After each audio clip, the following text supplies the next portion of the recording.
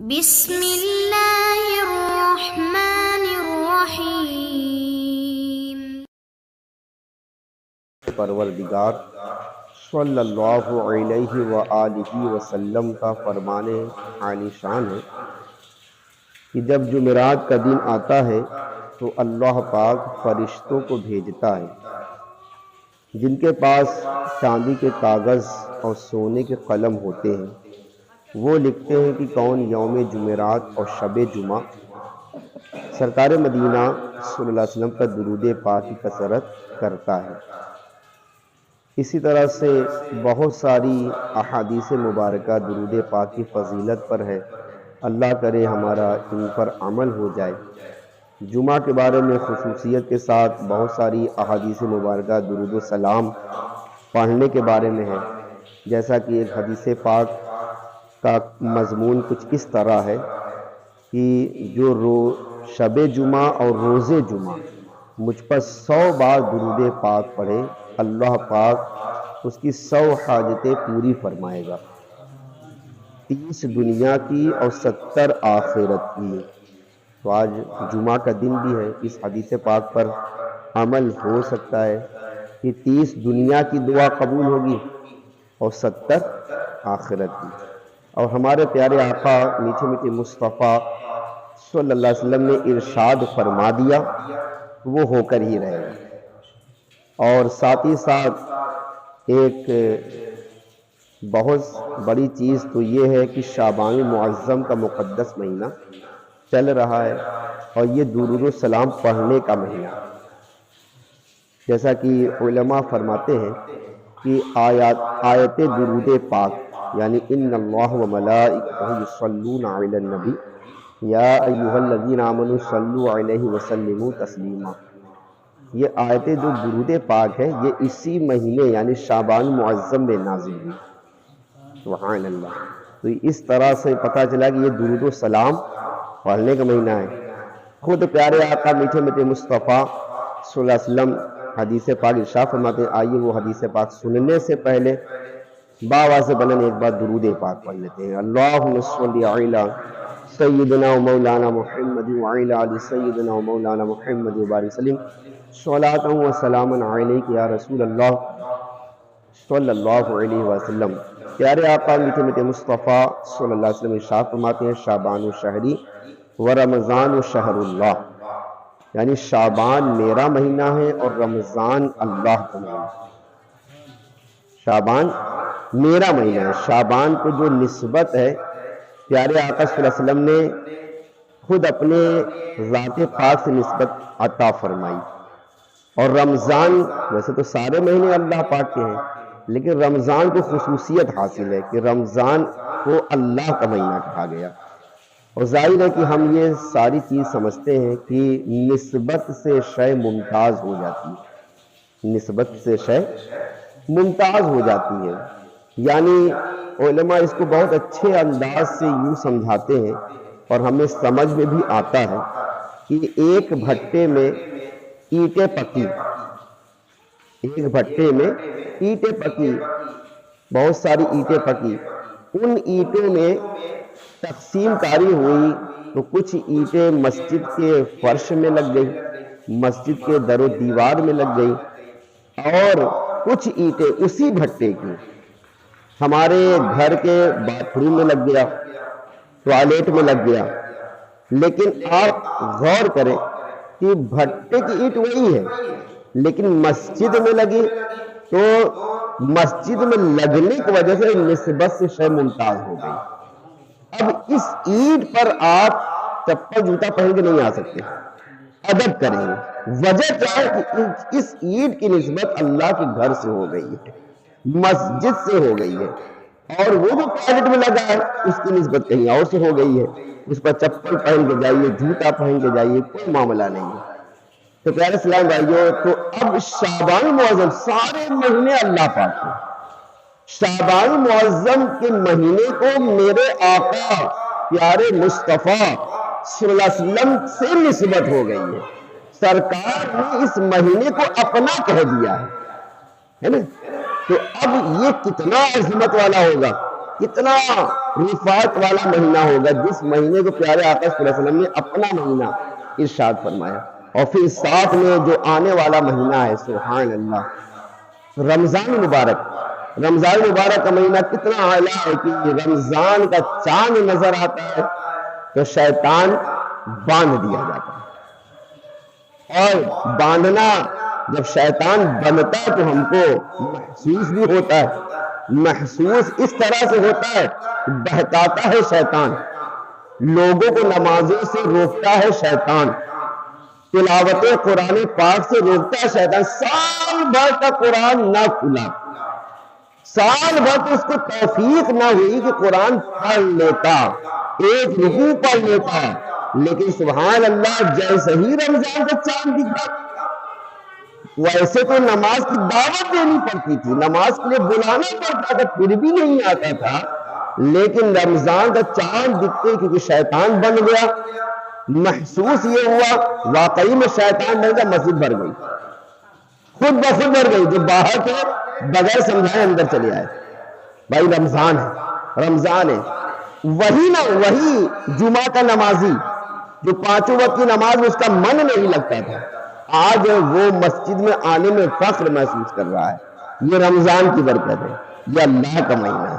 سبحان اللہ، کتنا عظمت والا مہینہ. 11 مہینہ شیطان چھٹا رہتا ہے، لوگوں کو بہکاتا رہتا ہے، لیکن اللہ کا مہینہ شیطان کو باندھ دیا گیا، لوگوں کا عبادت میں من لگنے لگا ہے. وہی نمازی ہے، من نہیں لگتا تھا، من لگنے لگا. وہی ہے جو تلاوت قرآن نہیں کرتا تھا، لیکن اب سوچ رہا ہے کہ میں ایک قرآن پاک نہیں ہے، اب کی بار میں کوشش کروں گا 3 قرآن پاک پڑھ دوں گا. 10 رمضان تک 1 قرآن، پھر 20 رمضان تک 2 قرآن، اور پھر اس کے بعد آخری تک 3 قرآن پاک پڑھوں گا. کمپٹیشن ہونے لگتی ہے. بھائی ویسے تو قرآن پڑھنے کے لیے ایک رکوع سمجھایا جاتا تھا، تیار نہیں ہوتے تھے. آج کیا ہو گیا کہ قرآن کھول کے سب بیٹھے ہوئے. پتا یہ چلا شیطان بندھا ہوا ہے. پیارے اسلام بھائیوں، رمضان کا مقدس مہینہ تشریف لا رہا ہے. اللہ کرے اب کی بار اس کی برکتیں ہم لینے میں کامیاب ہو جائیں. زندگی کا کچھ بھروسہ نہیں. بہت دنوں کے بعد میں آپ کے ظفر آباد میں آیا ہوں، اور آتے ہی میں نے معلوم کیا اپنے نہال بھائی سے کہ وہ شکیل بھائی کہاں ہے، ملاقات ہو جائے گی کہ نہیں ہو جائے گی، ملاقات کرنا.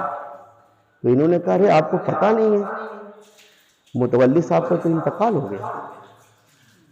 ہم کہا ایک دم ہٹے کٹے تھے، سب کچھ ٹھیک تھا، بہت زیادہ ان کی عمر بھی نہیں تھی، ایک دم وہ لنج وغیرہ بھی نہیں تھے، فٹ فاٹ تھے، انتقال ہو گیا.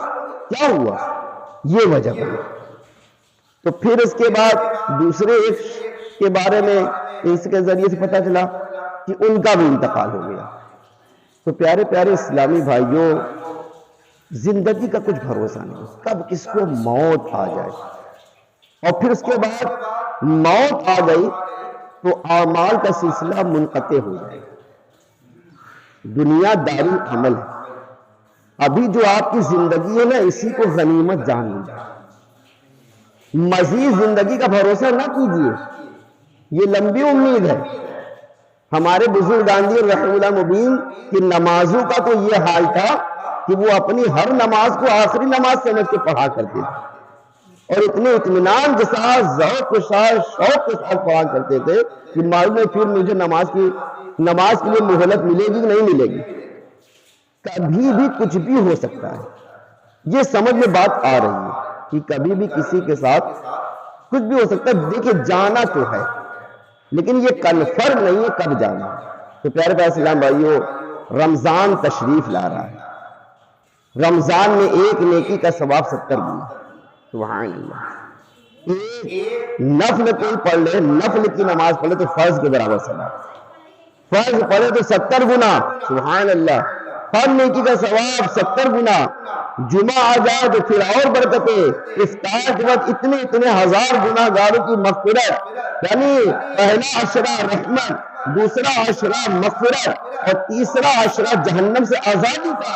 اتنا بابرکت مہینہ کہ پیارے اسلام بھائی جس مہینے کے بارے میں پیارے آقا صلی اللہ علیہ وسلم کا ایک فرمان اور ہے جس کا مضمون کچھ یوں ہے کہ جو رمضان کے آنے پر خوش ہو، رمضان کے آنے پر خوش ہو اور جانے پر غمگین ہو، اس کے لیے جنت ہے.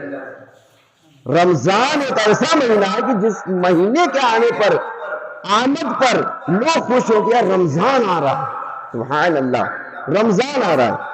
جانے لگے تو یہ رمضان تو غمگین ہو جائے، رحمت والا، برکت والا، مغفرت والا مہینہ جا رہا ہے. غمگین ہو، غم میں ڈوبا ہوا کہ اب تو نیکیوں کا ثواب کم ہو جائے گا، پھر سے شیطان کھل جائے گا، پھر سے مجھے گناہ کروائے گا. غمگین ہو رمضان کی جانے پر، اس کے لیے جنت. لیکن پیارے ہمارا حال کیا ہے؟ ہمارا حال اس کے برعکس ہے، الٹا ہے، اپوزٹ ہے. کیا ہے؟ رمضان کا چاند آ رہا ہے، رمضان تشریف لا رہا ہے. جن کو روزہ نہیں رکھنا ہے، جن کو مسجدوں میں نہیں آنا ہے، جن کو یہ ساری چیزیں نہیں کرنی ہے، ان کے لیے تکلیف ہی تکلیف ہے. یہ چاہتے ہیں 29 کا چاند دکھے ہی نہ. جن کو رمضان سے محبت وہ چاہتے ہیں 29 ہی کا چاند دکھے، جلدی سے آ جائے تاکہ ہم رمضان میں داخل ہو جائیں. اگر ہماری موت بھی آنی ہو تو رمضان میں آئے، ہے نا، اور رمضان میں آئے تاکہ میں قبر کے عذاب سے بچ جاؤں. رمضان میں موت آئے، رحمتوں والے مہینے میں موت آئے. لیکن جو خوش نصیب ہے وہ یہ سوچتے کہ 29 کا چاند دکھ جائے. بد نصیب جو یہ ہے وہ یہ سوچتا ہے یار رمضان آ رہا ہے، اب تو میں کھلے عام کھا نہیں پاؤں گا، کھلے عام گٹکا نہیں کھا پاؤں گا، کھلے عام یہ نہیں کھا پاؤں گا، کھلے عام کھا لوں گا تو یہ بھی بدنامی، اب میں کیا کروں، چھپ چھپ کر کھانا پڑے گا. اور جو خوش نصیب وہ سوچ رہا ہے یار اللہ کا شکر ہے رمضان آ گیا ہے، اب تو میں اس میں خوب تلاوت قرآن کروں گا، خوب نمازیں پڑھوں گا. ہونا بھی چاہیے اپنا ایک نا رمضان کا. بہت سارے رمضان گزرے ہیں، اللہ کرے یہ رمضان آ رہا ہے، جو بھی دن اس کے باقی ہیں 13 دن جو بھی دن باقی ہیں، اللہ کرے رمضان میں ہم داخل ہو جائیں اور ہمارا کچھ رمضان کا بھی شیڈیول ہو. رمضان کا شیڈیول ہے، افطار کا شیڈیول تو پہلے سے تیار ہوگا یا بنا چکے ہوں گے. سحری میں یہ کرنا ہے، افطار میں یہ کرنا ہے، کھانے میں یہ ترکیب ہوگی. تو کیا یہ عبادت کا بھی کوئی شیڈیول ہے آپ کے یہاں؟ کیا رمضان آ رہا ہے کبھی تہجد تو ہم نے پڑھا نہیں ہے، تہجد ہم پڑھ ہی نہیں پاتے. یا رمضان میں تہجد آسانی سے پڑھ سکتے ہیں، نفل کا ثواب فرض کے برابر ملے گا، وہ بھی تہجد.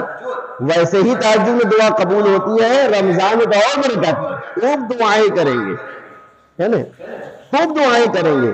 بزرگان دین فرماتے ہیں کہ یہ بزرگوں کا قول ہے، حدیث پاک اس طرح سے نہیں گزری، بزرگوں کا قول ہے کہ جو بہت زیادہ پریشان ہو، بہت زیادہ مفلس ہو، بہت زیادہ پریشانی مبتلا ہو، وہ تہجد پڑھ کر کے دعا کرے، اس کی وہ پریشانی دور ہو جائے گی، پریشانی اس کی دور ہو جائے گی، خوشحالی میں تبدیل ہو جائے گی.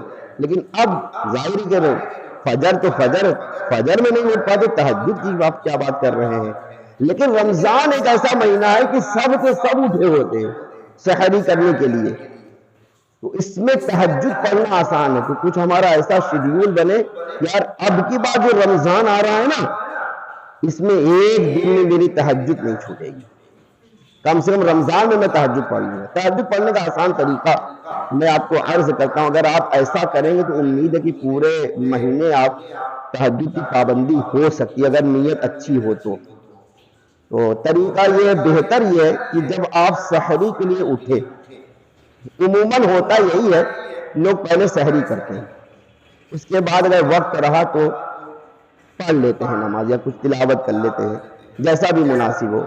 تو بہتر یہ ہے کہ وہ جب اٹھے نا، اٹھے ابھی حاجات سے فارغ ہو کر وضو کر کے پہلے فوراً 2 رکعت نماز تہجد پڑھ پھر سحری کرے، تو انشاءاللہ پابندی ہو سکتی ہے اگر اس طرح سے کرے. کیونکہ یہ دیکھا گیا ہے کہ سحری کرنے کے بعد اگر اچھی نیت بھی شامل ہوتی ہے تو سستی آ جاتی ہے، تھوڑا کھانے کا برڈن ہوتا ہے نا، تو اس کی وجہ سے سستی آ جاتی ہے.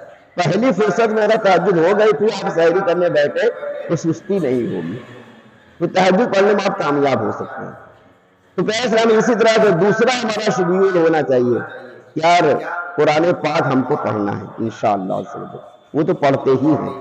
چلو اب کی بار انشاءاللہ کس طرح سے ہم قرآن پاک پڑھیں گے، ہر نماز میں آدھا پارہ، ہر نماز کے بعد آدھا پارہ پڑھیں گے، یا نماز سے پہلے آدھا پارہ پڑھیں گے، یا جیسا بھی آپ کا شیڈیول بنے، جو آپ کر سکتے ہوں ویسی اچھی نیت کریں، ابھی اس کا ثواب ملنا شروع ہو جائے گا۔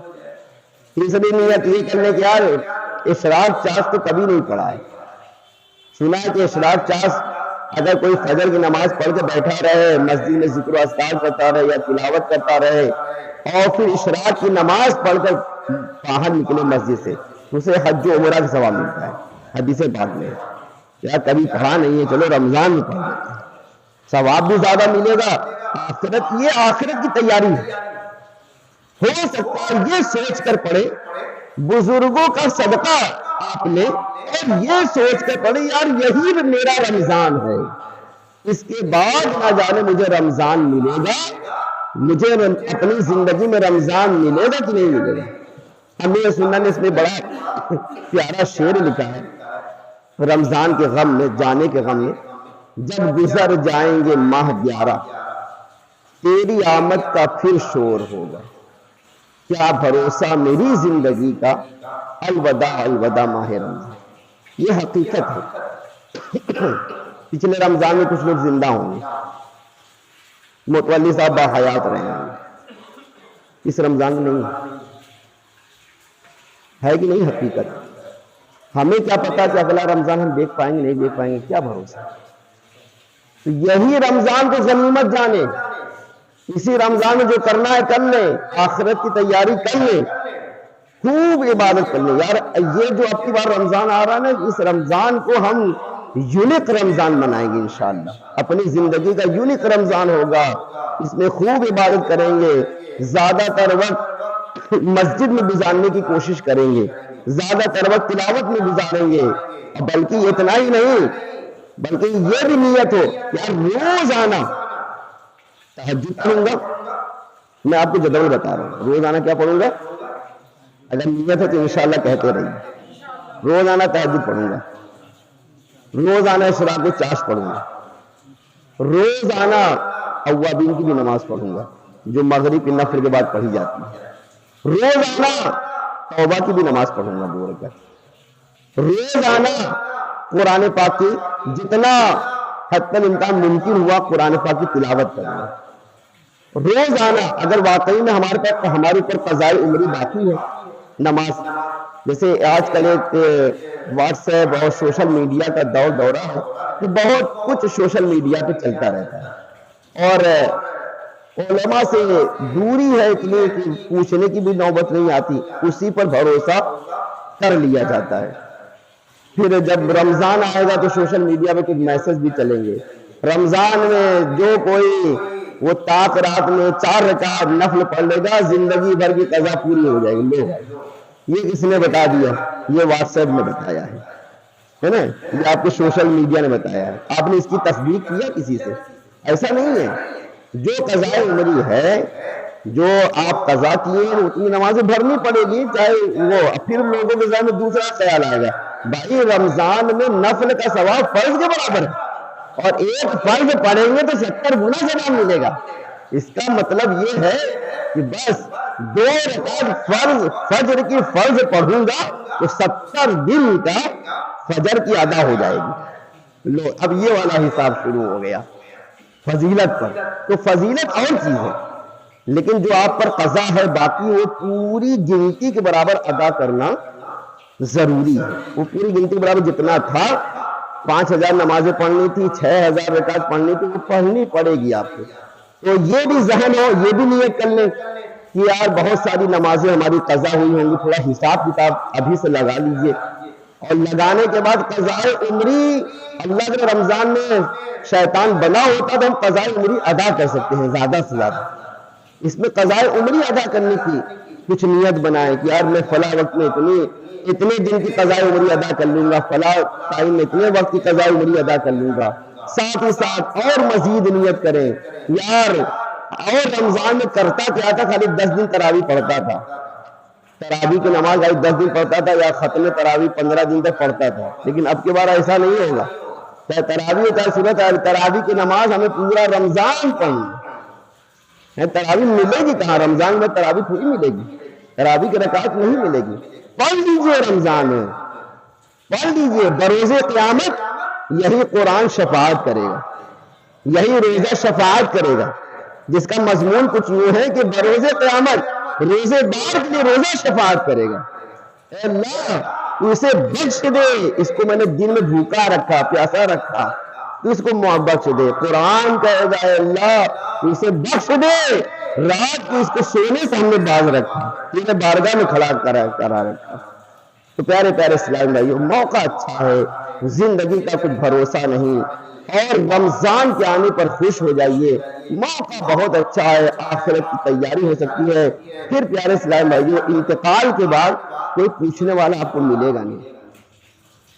انتقال کے بعد کوئی پوچھنے والا آپ کو ملے گا نہیں، ہے نا. کتنا لوگ فاتحہ پڑھنے آپ کی قبر پہ آئیں گے، یہ آپ بھی دیکھ رہے ہوں گے، ہم بھی دیکھ رہے ہوں گے، ہے نا. دوست احباب جو ہمیشہ آپ کے ساتھ لگے رہتے تھے، کتنا پڑھنے آئیں گے آپ کی قبر پہ فاتحہ، کتنا احسان ثواب کریں گے اور کتنا آپ کو یاد کریں گے، آپ بھی جانتے ہیں، ہم بھی جانتے ہیں. اور کتنا کس کو یاد کس نے کیا ہے. کچھ عمل کر لیجئے، یہی آپ کے کام آئے گا. نہ تو بہت کم امید ہے، جو ساتھ میں رہتے ہیں وہ بھی آپ کو تیجا چالیسواں کے بعد بھول جائیں گے، یاد نہیں رکھے اٹھیں گے. جو آپ عمل کر کے گئے ہوں گے، خود اکٹھا کر کے گئے ہوں گے، یا اگر میں دنیاوی آپ کو الفاظ میں سمجھانے کی کوشش کروں، جو آپ نیکیوں کا بینک بیلنس کر کے گئے ہوں گے، یہی کام دے گا، ہے نا. یہ آپ کو کام دے گا انشاءاللہ سے وجہ نیکیاں، کیونکہ آخرت میں نیکیوں کی ضرورت ہے. حضرت ابراہیم بن ادہم رحمت اللہ علیہ سے پوچھا گیا کہ آپ کے بہت بڑے بادشاہ تھے، بہت بڑے بادشاہ تھے، آپ نے نیکیوں کا راستہ کیسے اختیار کر لیا، کیسے پرہیزگاری کا راستہ آپ نے اختیار کیا، کیا آپ نے سوچا، کیا آپ نے دیکھا؟ تو حضرت ابراہیم بن ادہم رحمۃ اللہ علیہ نے ارشاد فرمایا، قابل غور ہے، آپ نے ارشاد فرمایا کہ میں نے سوچا، میں نے یہ محسوس کیا کہ آخرت کا سفر بڑا لمبا ہے، آخرت کا سفر بڑا لمبا ہے، کب تک قبر میں ہم رہیں گے. اور پھر اس کے بعد سنتے رہتے ہیں کہ پل صراط کی راہ 15,000 سال کی راہ ہے، قیامت کا دن 50,000 سالہ دن ہے. تو آپ نے یہی غور و فکر کیا اور ارشاد فرمایا کہ میں نے دیکھا، میں نے سوچا، میں نے محسوس کیا کہ آخرت کا سفر بڑا لمبا ہے، بڑا طویل ہے. اور ہر ایک یہ جانتا ہے، ہر ایک ذی عقل یہ جانتا ہے کہ سفر جتنا لمبا ہوتا ہے، لوگ اتنا ہی پیشہ کا، اپنے پیشہ سفر کا سامان اکٹھا کرنے کی کوشش کرتے ہیں. 2 دن کا سفر ہے تو 2 دن کا پورا سوچ کر جاتے ہیں. حج کرنے والا اللہ تعالیٰ آپ سب کو حاجی بنائے، مجھے بھی حاجی بنائے. جو حج کرنے جاتے ہیں تو 35 دن 40 دن جو بھی لگتا ہے اس کا پورا انتظام پہلے سے کر کے جاتے ہیں. جتنا لمبا سفر اتنا زیادہ انتظام. تو آپ نے کہا کہ سفر جب آخرت اتنا لمبا ہے، تو میں نے اپنے نیکیوں کی طرف دیکھا تو نیکیاں بڑی کم تھی، اور اس سفر میں پیسے کی نہیں بلکہ نیکیوں کی ضرورت ہے، نیکیاں بڑی کم تھی. آخرت کا سفر بڑا لمبا ہے، تو میں نے پرہیزگاری کا راستہ اختیار کر لیا، نیکیاں کرنا شروع کر دیا، تلاوت قرآن کرنا شروع کر دیا. قربان جائیے بزرگان دین رحمہ اللہ، اصل آخرت کی تیاری تو انہوں نے کیا ہے جن کے مزار پر آج بھی ہم فاتحہ پڑھنے کے لیے فخر محسوس کرتے ہیں. انہوں نے کیا، لیکن نیک بنیں گے تو نیک بننے کی وجہ سے لوگ فاتحہ بھی پڑھیں گے، آئیں گے فیوز و برکات حاصل کرنے کے لیے تو فاتحہ بھی پڑھیں گے، ہے نا. آج سرکار حاجی حرمین رحمۃ اللہ بارگاہ میں آتے ہیں فاتحہ پڑھنے میں، کیوں آتے ہیں؟ فیوز و برکات حاصل کرنے، فیوز و برکات حاصل کرنے آتے ہیں تو فاتحہ بھی پڑھتے ہیں، قرآن کی تلاوت بھی کرتے ہیں. پہلے آپ عرض کرتے ہیں یا اللہ پاک جو قرآن پاک کی تلاوت کیا ہے یہ سرکار حاجی حرمین رحمۃ اللہ علیہ کو عطا فرما. پھر اس کے بعد آپ دعا کرتے ہیں یا اللہ پاک ان کے صدقے میں میری پریشانی دور فرما دے، ان کے صدقے میں میری یہ جائز تمنا یہ پوری فرما. اب کہتے ہیں لیکن فاتحہ پہلے پڑھتے ہیں. نیک ہوں گے تو فاتحہ بھی پڑھنے لے جائیں گے، نیک نہیں میں کوئی فیوز برکات حاصل کرنے نہیں آئے گا، ارے وقت نہیں ہے، بہت زیادہ بزی آدمی ہے، یہ سارا کچھ ہوگا۔ تو حضرت ابراہیم مطلب قربان جائی بزرگ دین کہ اصل آخرت کی تیاری یہ کرتے تھے، اللہ کرے ان کا صدقہ ہمیں نصیب ہو جائے۔ سرکار غوث پاک رضی اللہ تعالیٰ عنہ آخرت کی تیاری کیسے کرتے تھے؟ عشاء کے وضو سے فجر کی نماز ادا کرتے تھے، یہ ہے آخرت کی تیاری۔ پھر آپ خود فرماتے ہیں تحدیث نعمت کے طور پر اپنے مریدین محبین کو عمل کروانے کے لیے کہ میرا 15 سال اس طرح سے گزرا کہ میں روزانہ عشاء کے بعد ایک پاؤں پہ کھڑا ہو جاتا، کیا عبادت کا جذبہ تھا، اور اس کے بعد مسجد کا چولہا پکڑ لیتا اور پورا قرآن ایک پاؤں پہ کھڑے ہو کر میں پڑھ دیا کرتا تھا سحری تک، فجر سے پہلے 15 سال لگاتار۔ ہے کوئی ایسا حافظ جو روزانہ قرآن کی تلاوت کرتا ہو؟ ایک دن اگر پڑھ دے گا تو 2 دن سوئے گا تھکائی میں۔ حافظ صاحب موجود ہیں، ایک دن پڑھے گا تو 2 دن تک پیر ہاتھ سب درد کرے گا۔ ایک قرآن پڑھے نا حضرت، سمجھا کریے، بڑے مشکل سے بڑے مصیبت سے پڑھے ہیں، کیسے پڑھ دیے ہیں بس، لیکن قربان جائی کیسا جذبہ تھا، کیسا شوق تھا، کیسی توفیق تھی کہ جن کے ہم ماننے والے، جن کا ہم گن گاننے والے، جن کا لنگر کھانے والے ہیں، وہ سرکار غوث پاک رضی اللہ عنہ روزانہ ایک قرآن کی تلاوت رات میں۔ سرکار غریب نواز رحمۃ اللہ علیہ روزانہ 2 قرآن پاک کی تلاوت کیا کرتے۔ اچھا تو رمضان آ رہا ہے، جن امام کی ہم تقلید کرتے ہیں، امام اعظم ابو حنیفہ رحمۃ اللہ، سبحان اللہ، رمضان میں ان کا حال کیا ہوتا تھا؟ ویسے تو قرآن پڑھتے ہی تھے، رمضان آتا تھا تو اسپیشل ان کا شیڈیول بنا ہوتا تھا، ہر رمضان میں 61 قرآن پاک کی تلاوت کرتے تھے۔ ہے کوئی کمپٹیشن کرنے والا؟ ہر رمضان میں 61 قرآن پاک پڑھتے تھے، ایک قرآن دن میں پڑھتے تھے، ایک قرآن رات میں پڑھتے تھے، تو 60 قرآن پاک ہو گیا 30 دن میں، اور ایک قرآن پاک تراویح کی نماز میں 61 قرآن۔ مولا علی رضی اللہ تعالیٰ عنہ سے زیادہ کمپٹیشن کون کرے گا؟ حضرت مولا علی رضی اللہ تعالیٰ عنہ کی آپ کی کرامت ہوئی، کرامت کوئی کر نہیں سکتا، کرامت کہتے ہی ایسے فعل کو جو کہ کوئی کر ہی نہیں پائے گا۔ حضرت مولا علی رضی اللہ تعالیٰ رمضان مبارک میں 30,000 قرآن پاک تلاوت کرتے ہیں۔ تو پیارے اسلام بھائیو، رمضان آ رہا ہے، اگلا رمضان ہم دیکھ پائیں کہ نہ دیکھ پائیں، اسی رمضان میں تیاری کر لیجئے، نیکیوں کا میٹر اخلاص کے ساتھ کر لیجئے، کوئی ایسا عمل بھی کیجئے جو صرف آپ جانے، آپ کا رب جانے۔ کچھ ایسا بھی عمل کرنا چاہیے کہ جو صرف آپ جانے، آپ کا رب جانے، کچھ ایسا بھی عمل ہونا چاہیے، کیونکہ فرض نمازیں ہیں، فرض نمازیں تو آپ کو مسجد میں پڑھنی پڑے گی، یہ تو علانیہ ہی کرنا پڑے گا۔ کوئی اگر فرض نماز کے بعد سوچتا ہے کہ میں چھپ کر پڑھوں گا تو اس کا واجب ترک ہوگا۔ فرض نماز کے علاوہ بہت ساری نفل نمازیں ہیں، اکیلے پڑھیے، آپ اللہ کے لیے پڑھیے، قرآن پاک تلاوت۔ اب سرکار غوث پاک رضی اللہ عنہ جو قرآن پاک تلاوت کرتے تھے روزانہ، چھپ کر ہی تو کرتے تھے، پڑھتے تھے۔ ہم بھی کچھ کریں پیارے اسلام بھائیوں، زندگی بڑی مختصر ہے، کب کس کے ساتھ کیا ہو جائے کچھ پتہ نہیں۔ رمضان آ رہا ہے، اللہ پاک کی بارگاہ میں ہم دعائے مصطفیٰ بھی پڑھتے ہیں، اللہم بلغنا رمضان بصحت و عافیہ، اللہ پاک ہمیں رمضان سے ملا دے۔ اور جو میں نے باتیں عرض کی، اللہ کرے اس پر ہمارا بھی عمل ہو جائے اور آپ سب کا بھی عمل ہو جائے، اور رمضان کی برکتیں ہم پانے میں کامیاب ہو جائیں۔ اللہ پاک کی بارگاہ میں دعا ہے ہم سب کو سننے زیادہ عمل کرنے کی توفیق عطا فرمائے، آمین بجاہ النبی الامین صلی اللہ علیہ وسلم۔ سنت جنہوں نے ادا نہ کی، سنت ادا فرمائے۔